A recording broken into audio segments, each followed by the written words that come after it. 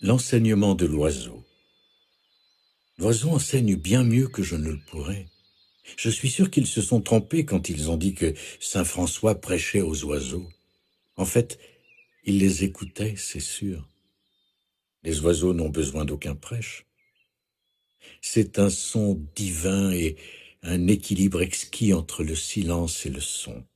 L'oiseau sait tout de l'équilibre. Il y a toujours un intervalle assez long, puis le prochain son jaillit du silence, un son toujours frais et nouveau. L'oiseau enseigne l'équilibre entre la forme et le sans forme.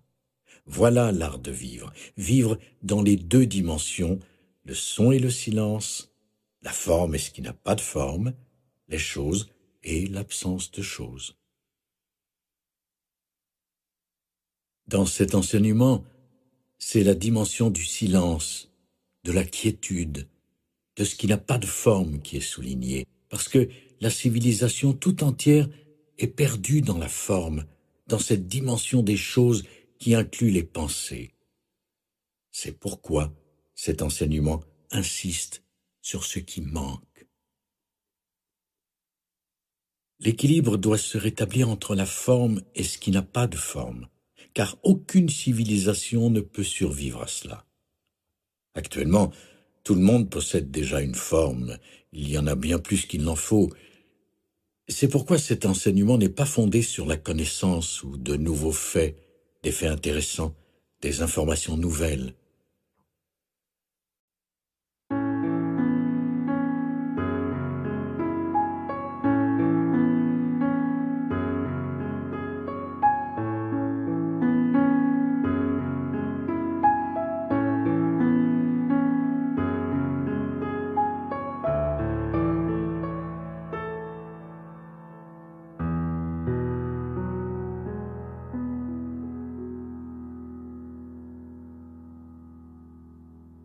Se noyer dans l'information. Étant donné que le monde en est plein, vous pouvez pousser n'importe quel bouton sur les nombreux appareils que vous possédez et vous recevez de l'information. Vous êtes noyé dans cette information. Et en fin de compte, à quoi sert tout cela s'il s'agit seulement d'avoir plus? Est-ce que plus d'informations ou plus de choses vont sauver le monde? Est-ce que nous allons trouver la plénitude de la vie à travers des centres d'achat plus vastes et plus grands? Une fois de plus, il s'agit de la forme. Est-ce que nous allons nous trouver en améliorant notre capacité à penser et à résoudre des problèmes de façon analytique, des problèmes qui, au départ, ont été créés par un excès de pensée? Comme l'a dit Carl Jung, on ne peut pas résoudre un problème sur le même plan de conscience que ce qui l'a créé. Et le problème de notre civilisation est né lorsque les humains ont perdu le contact avec la dimension sans forme que nous pourrions aussi appeler l'esprit ou le sacré. Et si le mot n'avait pas été tellement mal utilisé, nous pourrions l'appeler Dieu, mais nous ne le ferons pas. Jésus a dit « À quoi vous sert de gagner le monde entier si c'est pour vous perdre ou perdre votre âme ?» Il pouvait déjà voir la tendance, la direction que prenaient les choses. La forme comprend aussi la notion de temps. Nous ne pouvons pas nier que le temps semble réel quand on s'arrête à la surface de la vie, parce qu'il est partout. Il semble produire un effet sur les formes de vie. Et c'est étrange. Il use progressivement les formes, il les érode, il leur fait quelque chose. Certaines personnes considèrent le temps comme une terrible maladie qui afflige tout le monde. Et c'est effectivement une façon de voir les choses. Tout le monde souffre d'une maladie mortelle dont l'issue est la fin de la forme. Il ne s'agit que d'une question de temps.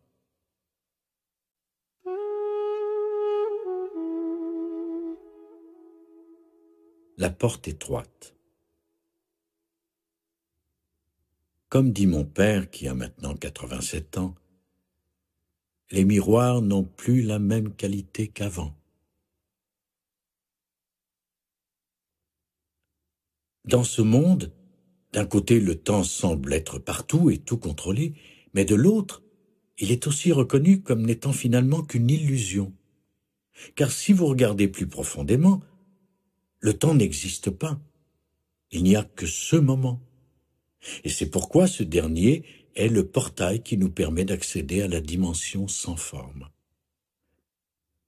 C'est la porte étroite dont parle Jésus, la porte étroite qui mène à la vie.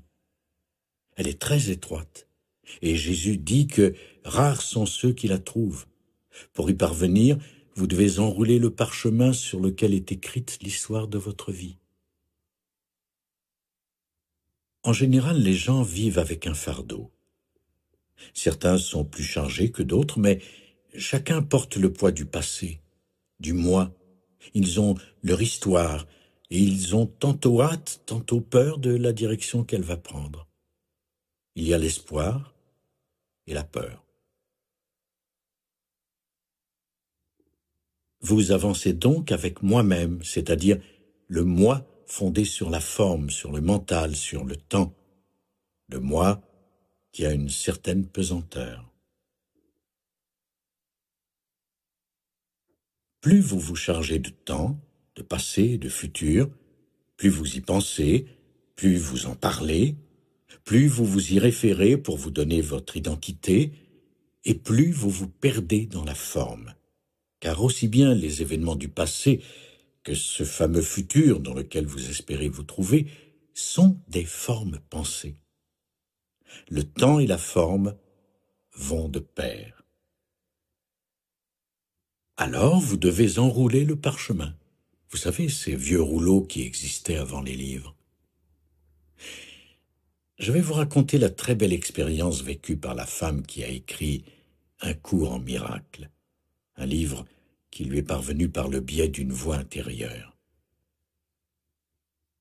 Peu de temps avant que ne commence tout le processus de dictée, elle a eu une vision. Dans une vieille boîte, elle a trouvé un rouleau de parchemin très ancien. Lorsqu'elle l'a déroulé, elle a vu des symboles à gauche et d'autres symboles à droite. Et une voix lui a dit « Si tu lis ce qui est à gauche, tu connaîtras le passé. Si tu lis ce qui est à droite, tu connaîtras le futur. »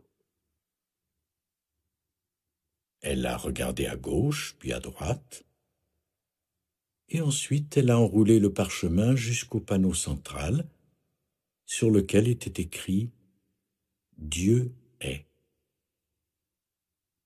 Et elle a dit « Voilà la seule chose qui m'intéresse. Je ne veux rien d'autre. Dieu est. »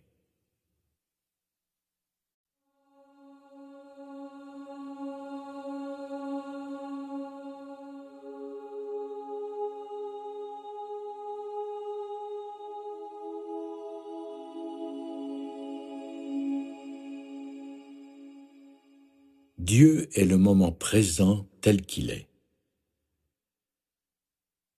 La voix qui lui avait expliqué qu'il y avait d'un côté le passé et de l'autre le futur, lui a alors dit « Félicitations, cette fois tu as réussi. » Son point de mire était devenu le moment présent. Cela a créé l'espace nécessaire pour que la sagesse provenant du sans forme et à laquelle son mental a ensuite donné une forme, puisse s'exprimer à travers elle.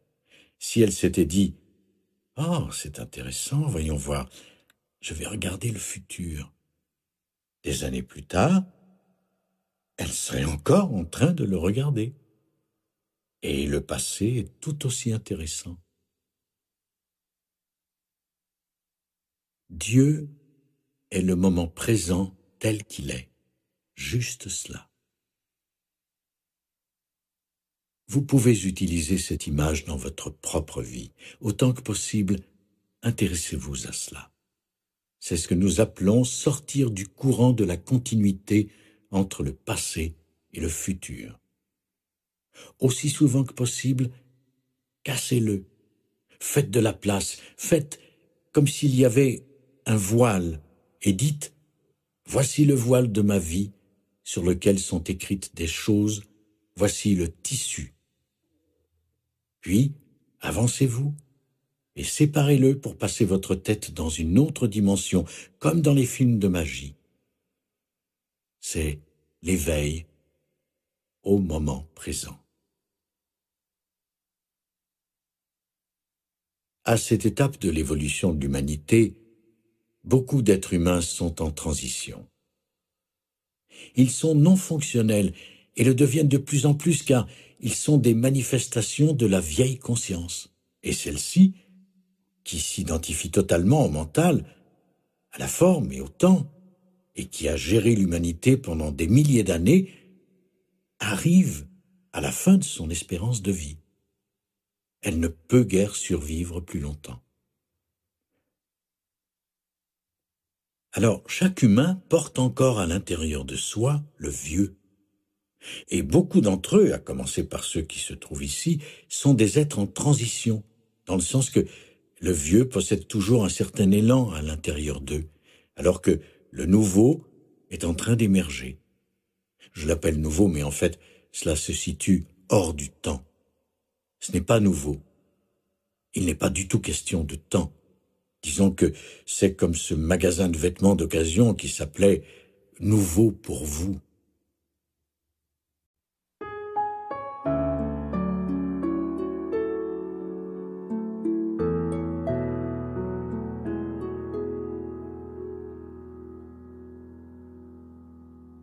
Les mots est ce qui n'a pas de forme. Les mots ne peuvent jamais vraiment exprimer la vérité telle qu'elle est. Vous devez tenir compte du fait que le langage n'est jamais tout à fait adéquat, en particulier quand on commence à parler de vérité spirituelle, de ce qui n'a pas de forme, car chaque mot est une forme, et de ce fait ne peut fonctionner qu'en reflétant quelque chose du monde de la forme. D'où la difficulté quand on utilise le langage pour exprimer quelque chose qui se trouve au-delà de la forme. C'est pourquoi Jésus a utilisé les paraboles. Il n'a jamais dit « Voici le royaume des cieux ». Il a dit « Le royaume des cieux est un peu comme ci, un peu comme ça ». Il nous donne de petites histoires. Aussi longtemps que vous ne vous laissez pas prendre par les mots, que vous ne vous dites pas « Ah, c'est donc ça », aussi longtemps que vous permettez aux mots d'être des flèches, des panneaux indicateurs, cela peut fonctionner. Mais si vous dites « Voilà la vérité », ce n'est pas le cas. La vérité ne se trouve pas dans les mots, surtout quand il s'agit de discours spirituels.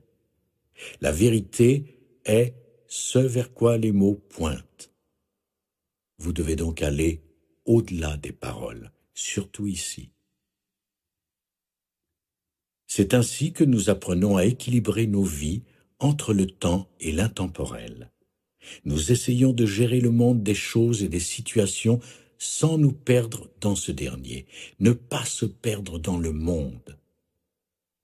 Et il ne s'agit pas seulement du monde extérieur, mais aussi de celui que vous transportez dans votre tête. Le monde créé par le mental, car l'un crée l'autre. Le soi-disant monde extérieur créé par les humains et l'état de conscience intérieur forment évidemment un seul continuum. L'extérieur reflète l'intérieur. En surface, nous avons par exemple une civilisation très bruyante. Si quelqu'un du passé, d'il y a 200 ou 1000 ans, arrivait ici, dans une ville, même petite, il dirait « Qu'est-ce qui se passe? Pourquoi tout ce bruit? Et ces machines qui font un bruit assourdissant partout, est-ce que je suis arrivé en enfer ?» Et s'il n'y a pas le bruit des machines, on fait du bruit juste pour qu'il y en ait. Je ne sais pas si c'est la même chose partout, mais en Amérique du Nord, il est difficile de trouver un restaurant qui ne diffuse pas de la musique à un volume très élevé. Vous ouvrez la porte, vous passez la tête, et vous ressortez immédiatement. Une grande partie de cela sert juste à faire du bruit. Mais on dit que c'est de la musique. Il y a bien sûr des exceptions. Certaines musiques avaient une fonction divine et, dans de rares cas, elles jouent encore ce rôle. C'est la musique qui est issue de la quiétude. Peu importe qui l'a créée, qui la joue, qui la chante, elle émane de cet état de conscience pour ensuite endosser une forme.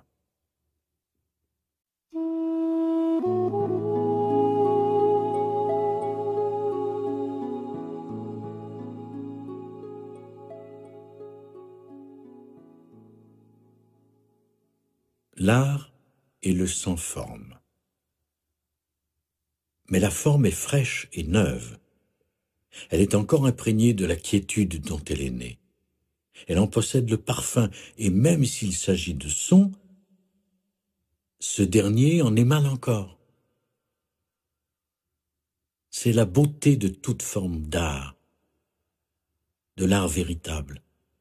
Il reflète encore cet état de conscience dont il est issu. Il existe aussi beaucoup de pseudo-art dans ce monde. Des esprits ingénieux essaient de l'être encore plus et se disent « trouvons quelque chose de nouveau. Qu'est-ce que je pourrais bien faire ? Ah, peut-être mettre ça ici ou placer ça là-bas ? Ça aurait l'air intelligent. » Ils disent que c'est de l'art, mais il manque quelque chose. Ce qu'ils font est totalement prisonnier de la forme.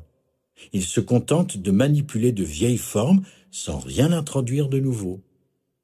Il n'y a rien qui puisse nous ramener à ce qui n'a pas de forme, au sacré, alors que l'art existe avant tout pour nous donner accès à cette dimension. Quand vous voyez ou entendez une œuvre d'art, vous entrez en contact avec vous-même. Vous y voyez votre reflet, le reflet du sans-forme qui brille à travers la forme. Voilà l'art véritable. Il y a toujours quelque chose de plus que ce que vous voyez ou entendez, et ce quelque chose brille au travers de la forme. Voilà ce qui se passe. Dans le fond, nous ne sommes pas tous destinés à créer des œuvres d'art. Quelques humains le font, c'est en partie leur fonction dans ce monde, mais le plus important est de devenir vous-même cette œuvre d'art. Votre vie tout entière et votre être lui-même deviennent alors transparents et laissent jaillir la lumière de ce qui n'a pas de forme. C'est ce qui se produit quand vous n'êtes plus totalement identifié au monde de la forme, quand vous avez accès au royaume de la quiétude à l'intérieur de vous. Quelque chose émane au travers de la forme qui n'a rien à voir avec elle. Cela peut prendre l'aspect d'une émanation silencieuse, sans forme en tant que telle. C'est ce qui arrivait parfois chez les quelques rares personnes du passé qu'on a appelées des saints. En Inde, il y en a toujours eu. Dans toutes les générations, il y a toujours eu quelques saints, hommes ou femmes, qui n'ont jamais rien fait. En Occident, c'est très rare. On demande toujours « Bon, mais qu'est-ce qu'ils ont créé ? Qu'est-ce qu'ils ont produit ?» Mais ces gens-là n'ont jamais rien fait. Ils étaient juste assis là. Et l'Occident a dit « Oh, quelle existence inutile ! Secouez-vous un peu, au travail !» Quand on est prisonnier de la forme, on déforme tout ce que l'on perçoit. On voit seulement une forme inutile qui se contente de rester assise et on pense que ce sont des parasites de la société qui se laissent nourrir par ceux qui leur apportent à manger alors qu'ils devraient travailler pour vivre comme tout le monde.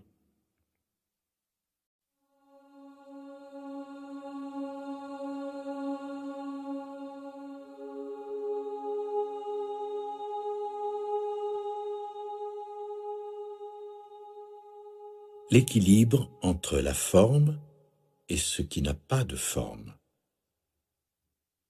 Le mental, qui ne connaît que la forme, regarde celle-ci et l'aperçoit de façon totalement erronée.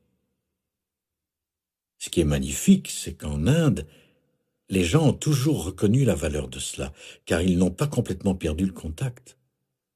En fait, il se peut bien qu'à un moment donné, ils soient allés trop loin dans l'autre direction, car ils ont perdu tout intérêt pour la forme et se sont davantage tournés vers l'être. Maintenant que l'Inde s'occidentalise, les journaux ne parlent plus que du fait qu'il y a là-bas de plus en plus d'ordinateurs et de téléphones cellulaires, et c'est très bien ainsi. En fait, il s'agit de trouver un équilibre. J'étais totalement perdu dans la forme, comme la plupart des gens. Puis il s'est produit un glissement. J'ai perdu l'équilibre, et je me suis retrouvé totalement perdu dans ce qui n'a pas de forme. Ce qui est juste une façon de parler, car ce qui n'a pas de forme est essentiellement ce que nous sommes. Donc on ne peut pas vraiment s'y perdre. Mais du point de vue des gens normaux, je donnais l'impression d'être perdu. Voilà quelqu'un qui avait une carrière prometteuse et qui, du jour au lendemain, se met à passer son temps assis sur des bancs dans des parcs. Il ne fait plus rien à part exister et apprécier la beauté et la joie d'être vivant, la douceur d'être, simplement. Il regarde le monde et voit la joie d'être reflétée dans toutes les formes de vie, dans les arbres, les oiseaux, et même dans les humains qui courent partout comme des fous. Il sait qu'au plus profond d'eux, il y a exactement le même être. Et c'est très beau. Vu de l'extérieur, la capacité à manipuler le monde de la forme avait disparu pendant un certain temps. Ensuite, petit à petit, elle s'est rétablie afin que je puisse de nouveau agir et bien sûr continuer d'être en même temps. Vous n'êtes pas tous destinés à vous plonger dans l'être au point de ne plus être capable de faire face au monde de la forme qui vous entoure. Cela se produit à l'occasion, mais cela arrive plutôt aux quelques personnes qui vivent un passage dramatique de l'un à l'autre. Alors, pendant un certain temps, elles ne sont plus là. Elles sont parties. Cela correspond au magnifique sutra de Bouddha. Gate, gate, paragate. Parti, parti vers la rive lointaine. Mais tant que nous possédons une forme, il semble que notre destin soit d'atteindre l'équilibre entre la forme et ce qui n'en a pas. C'est la raison pour laquelle nous nous trouvons ici.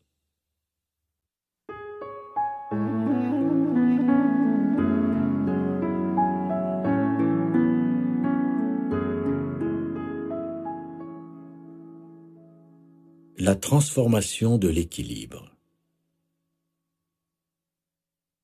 Quel est ce nouvel état de conscience qui est en train d'émerger?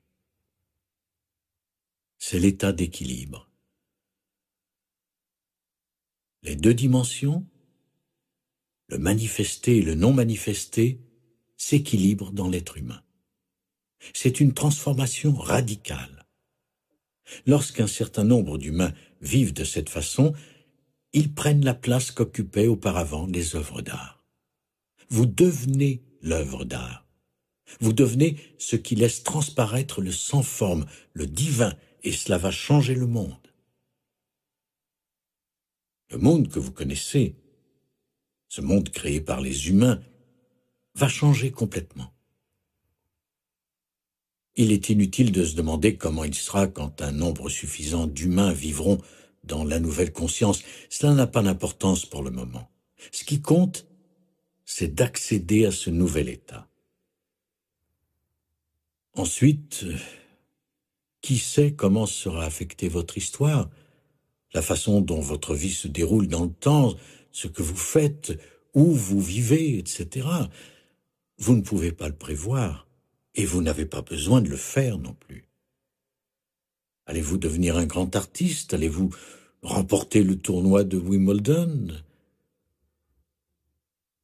Évidemment, gardez à l'esprit que les grands artistes et les joueurs de tennis ne sont pas des maîtres illuminés.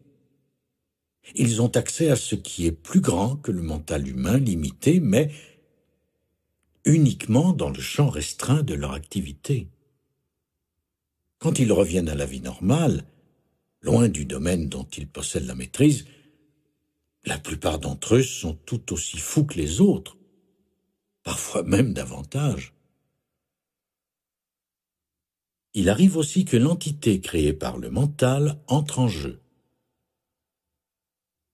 Elle regarde ce qu'ils ont fait et dit « C'est moi qui ai fait ça ». Voilà la plus grande illusion. Ensuite, elle se sent évidemment très spéciale. L'ego s'identifie avec ce qui a jailli de l'état sans ego et dit « C'est moi qui ai fait ça ». Puis vous commencez à croire tout ce que les gens disent à votre sujet, que vous êtes le plus grand, etc. Parce qu'ils projettent sur vous leur image de ce qui est spécial.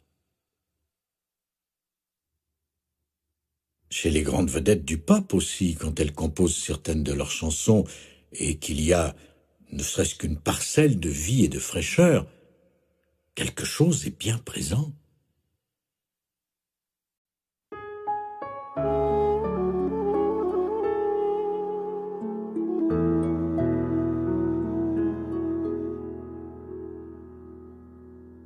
Intégrer le sans-forme à la personnalité. Puis, ces artistes se détachent de l'acte de création ou du spectacle et la vieille personnalité reprend le dessus. Avoir une capacité qui vient de la dimension non personnelle peut être un fardeau épouvantable quand il s'agit de l'intégrer à la personne. Certains n'y arrivent tout simplement pas. Comme tout le monde, ils se trompent totalement dans la perception de ce qu'ils font et ils se prennent pour des êtres très spéciaux. Cela engendre un conflit énorme entre la puissance qui émane de ce qui n'a pas de forme et la personnalité limitée qui l'interprète mal et se fonde sur cela pour revendiquer quelque chose. La magie de la dimension sans forme semble totalement absente de notre civilisation, dans laquelle il n'y a pour ainsi dire plus de sacré. Notre civilisation est presque entièrement profane. Les humains ont créé une structure triste et pesante. Quand vous regardez la tendance principale de notre civilisation, peu importe dans quel pays, vous voyez énormément d'humains qui semblent fatigués. Ils sont là. Ils sont usés par la civilisation. Leurs journées sont remplies d'activités mornes. Ils les passent à courir inutilement dans tous les sens. Et ceux qui courent savent au fond d'eux que c'est inutile. Alors pourquoi? Interrogez les dirigeants d'entreprise. Où allez-vous? Pourquoi cette folle agitation? Et leur seule réponse est de vous dire « Nous sommes en expansion ». L'organisation est en expansion. Nous intégrons d'autres sociétés. C'est notre raison d'être, la croissance, devenir plus grand, accumuler davantage. Voilà la raison. C'est une activité qui n'a aucun sens. La civilisation tout entière a atteint un point d'effondrement. Et il y a plusieurs raisons à cela. Il y a par exemple le fait que les humains qui la soutiennent encore ne peuvent plus supporter le poids des structures qu'ils ont créées. Ils ne sont plus capables de porter le fardeau de leur propre création.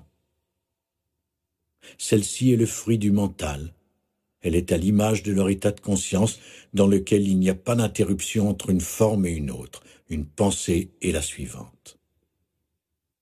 La voix dans la tête, qui ne s'arrête jamais de parler, devient une civilisation obsédée par la forme, obsédée par les choses. Par conséquent, elle ne sait rien de ce qu'on pourrait nommer la dimension la plus importante de l'existence humaine, le sacré, la quiétude, ce qui n'a pas de forme, le divin. Toutes ces notions ont perdu leur sens dans notre civilisation. Et pourtant,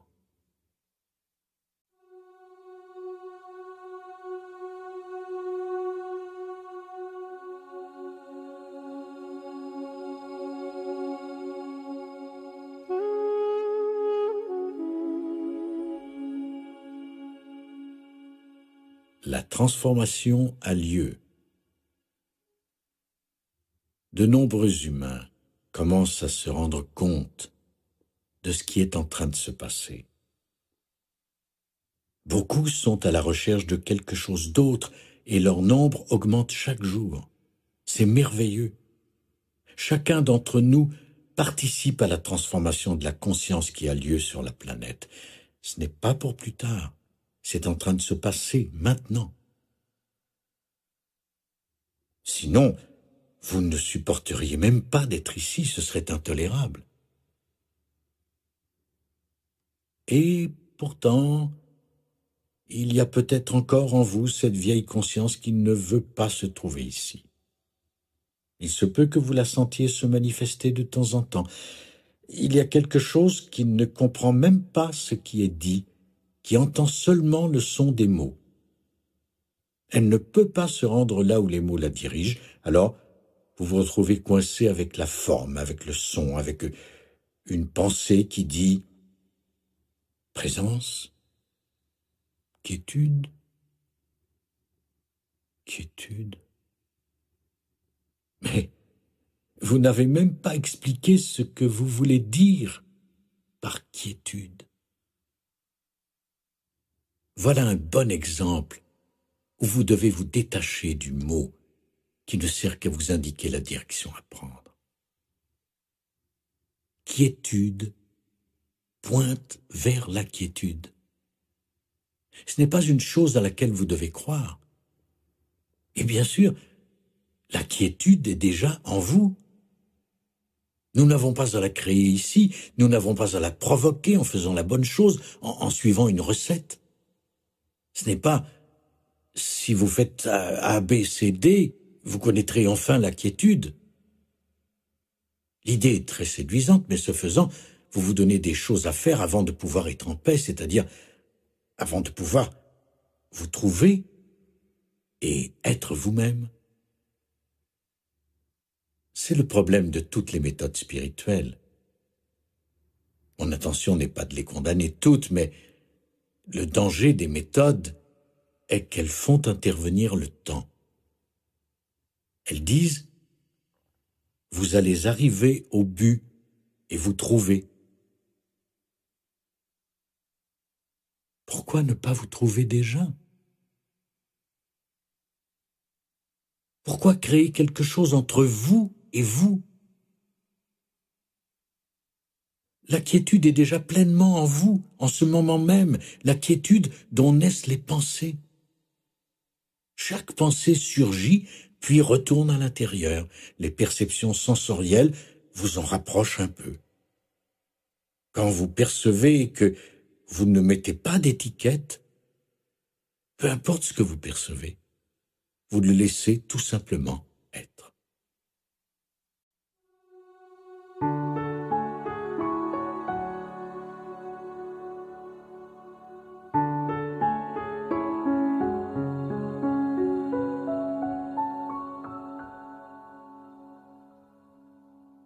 Vous êtes la toile, pas juste le tableau.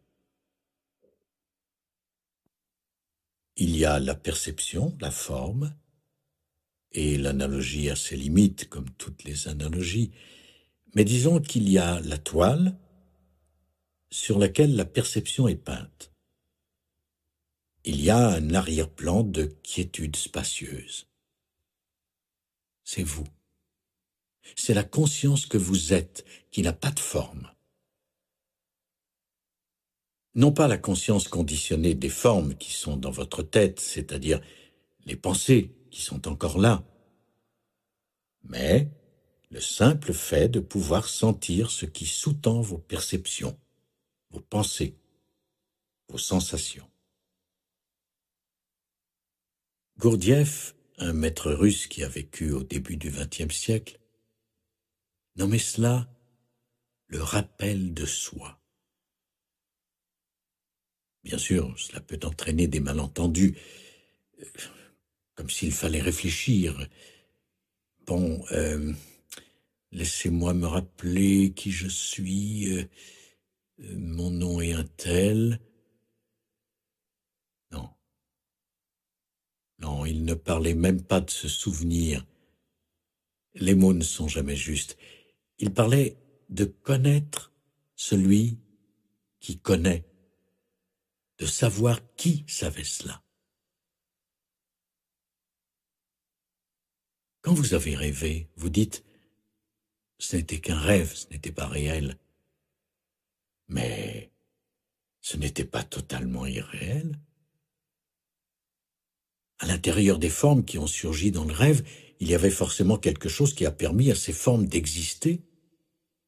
Il devait y avoir une conscience dans laquelle ce rêve s'est déroulé. Autrement dit, il devait y avoir un rêveur.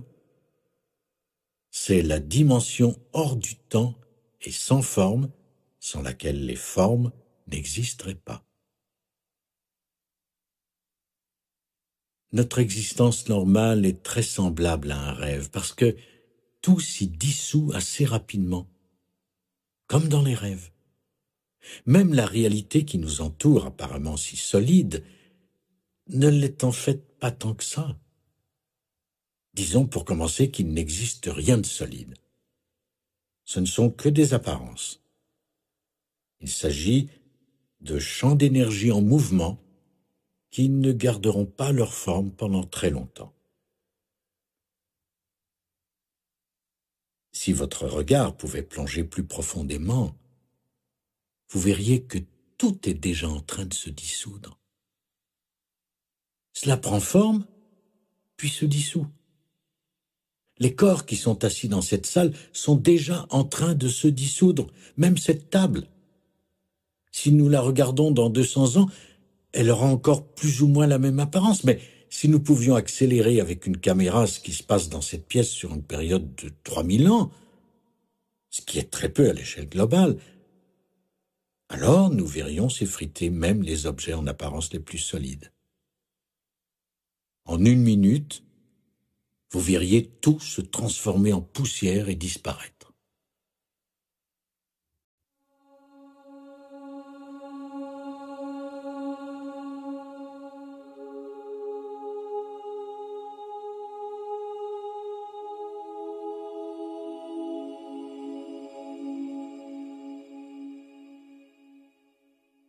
La libération par la perception de la brièveté.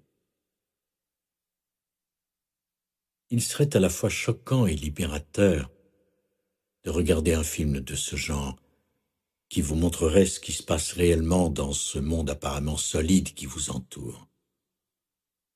Au fond, c'est une libération de voir à quel point toutes les formes sont éphémères. En effet, quelle partie de vous est capable de voir cela, d'être témoin de la nature éphémère de toutes les formes? C'est la présence consciente. C'est à partir de la quiétude que vous pouvez le voir. En fait, plus vous percevez à quel point toutes les formes sont éphémères, sans pour autant fuir cette réalité, plus vous êtes calme. Reconnaissez à quel point il est important de regarder la mort en face dans votre vie, la mort qui est partout, mais que notre civilisation s'efforce constamment de cacher. La mort n'existe pas. On ne regarde pas les cadavres, cela ne se fait pas. Il y a des gens qui n'en ont jamais vu. De fait, à moins qu'il ne s'agisse de personnes de votre famille, vous ne pouvez pas les voir parce que notre civilisation a besoin de cacher la mort. C'est la chose la plus menaçante qui soit pour quelqu'un qui s'identifie totalement au monde de la forme. La mort est une chose épouvantable. Vous ne devez ni y penser, ni en parler. Et quand vous voyez la table se dissoudre au bout de 3000 ans, que vous la voyez s'effriter, c'est aussi la mort. Vous pourriez aussi voir la naissance d'un être humain. Un jour, quelqu'un m'a montré un clip. Apparemment, il s'agissait d'une publicité de je ne sais plus quel pays. Elle dure environ 1 minute. On y voit un bébé sortir du ventre de sa mère. Il est expulsé dans le ciel comme un boulet de canon et crie tout le temps. Pendant que le bébé s'élève dans le ciel, il commence à grandir. Il grandit de plus en plus tout en continuant à monter de plus en plus haut.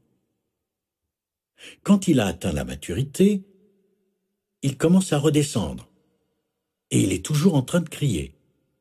En se rapprochant du sol, il devient un vieil homme.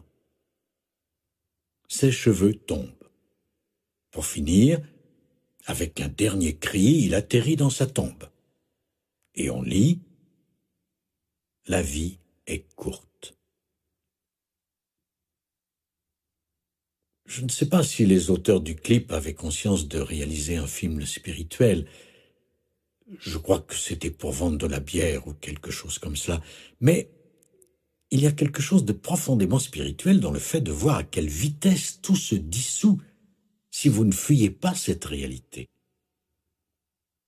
Et je reviens à ce que j'ai déjà mentionné, ce prophète de l'Ancien Testament qui disait « Vanité des vanités, tout est vanité ». Prendre conscience de cela est libérateur.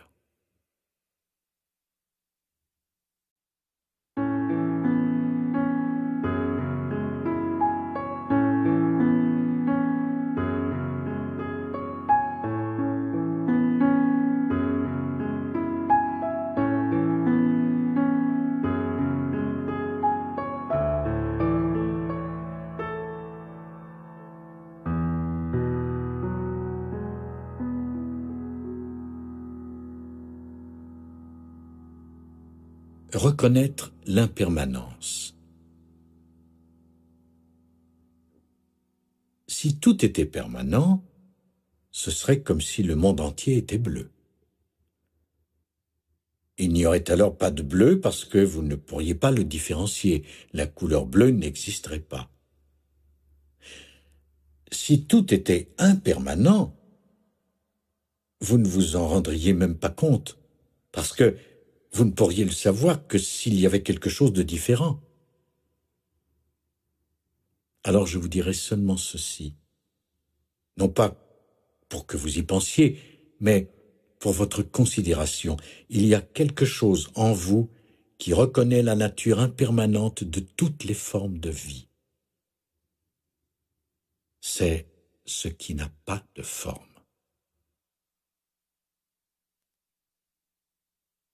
Plus vous réalisez l'impermanence de toutes les formes, plus vous êtes conscient de ce qui n'a pas de forme en vous. Et en fin de compte, vous et le sans forme ne faites qu'un. Alors quand je dis que vous êtes conscient de ce qui n'a pas de forme, il y a déjà une petite erreur causée par le langage. Ce qui se passe en réalité, c'est que vous êtes davantage vous-même. Vous êtes plus conscient de vous-même, non pas en tant que deux, mais en tant qu'un. Vous devenez davantage conscient de vous-même. La conscience prend conscience d'elle-même. Quelqu'un a posé une question par écrit. Voici ce qu'il demande. Dans le moment présent, je suis parfois conscient d'une expansion. Qu'est-ce que c'est? J'ai l'impression que c'est la conscience elle-même. Si je suis conscient de la conscience, il y a dualité. Laquelle suis-je? Voilà une bonne question. C'est l'impression que nous avons quand nous en parlons,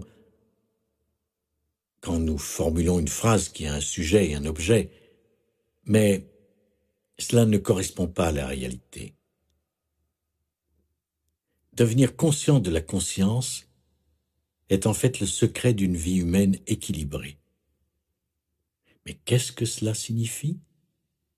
Qui devient conscient de la conscience? Le langage que nous utilisons crée l'illusion de la dualité.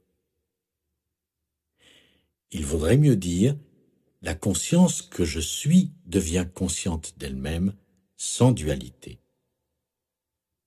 La conscience, qui est l'essence de ce que je suis, devient consciente d'elle-même. C'est une chose miraculeuse, belle, incroyable.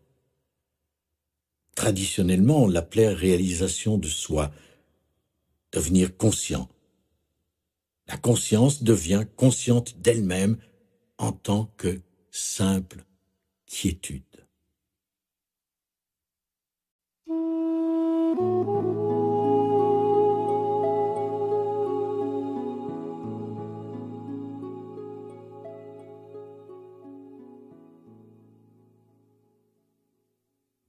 S'échapper du piège de la forme.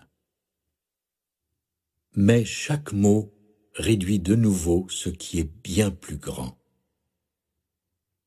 Bien sûr qu'il y a une sensation d'expansion, comme il est dit dans la question, parce que vous n'êtes plus prisonnier. Votre conscience n'est plus prisonnière de la forme, c'est l'incarnation de la conscience dans la forme et la réalisation de la conscience en tant que ce qui n'a pas de forme. Certaines traditions spirituelles parlent de réincarnation multiple.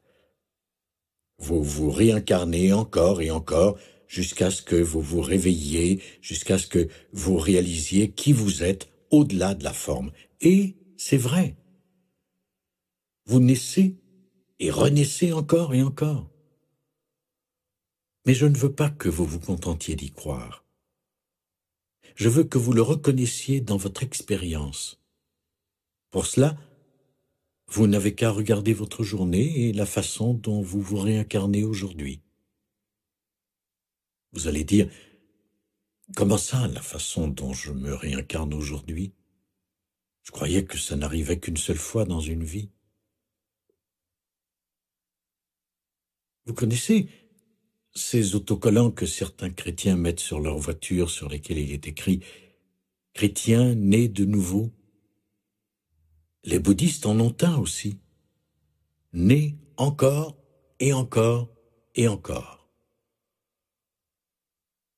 Alors, comment vous réincarnez-vous aujourd'hui? Et combien de fois par jour? Chaque fois que vous vous perdez dans une pensée ou une émotion ou qu'il se passe quelque chose là-bas dans le monde qui se répercute en vous sous forme de pensée et d'émotion. Par exemple, vous vous perdez dans une situation et vous vous dites « C'est très important, il faut absolument que je m'en occupe, voyons, qu'est-ce qui se passe ?» Et vous vous perdez ensuite dans les schémas réactifs et les interprétations mentales. « Oh, c'est affreux, il faut que j'intervienne. » Dans tous les cas, vous vous identifiez à une forme. Chaque pensée qui surgit dans votre tête et s'empare complètement de vous est investie d'un sentiment de soi. C'est bien sûr inconscient. Votre sens de soi, c'est-à-dire votre identité, se mélange avec la forme de cette pensée ou de cette émotion. Alors, vous vous incarnez totalement dans la forme qui apparaît dans votre vie. Les humains traversent leur vie sans savoir que chaque jour, ils se réincarnent plusieurs fois, sans réaliser qu'ils se perdent continuellement dans des formes. Ils réagissent aux formes qui les entourent en étant totalement dans la réaction, sans aucune conscience de l'arrière-plan. Ils ne se disent pas « Qu'est-ce qui se passe ?» Il n'y a pas d'espace, juste la forme, pas de quiétude, seulement le bruit. Cela signifie que vous vous réincarnez compulsivement, chaque jour, plusieurs fois. Même quand vous êtes tout seul dans votre chambre et que vous vous y mettez à penser. Si vous exprimez à haute voix ce que dit dans votre tête la voix à laquelle vous vous identifiez, tout le monde reconnaîtrait que c'est de la folie. Cela donnerait Oui, mais d'un autre côté, je ne sais pas. Bon, si je fais ça, alors... je me demande ce qui se passerait si... Ce serait affreux si... J'espère juste que... Ah, non, je n'avais pas pensé à cela. Et c'est ainsi que vous vous réincarnez continuellement dans une nouvelle forme pensée.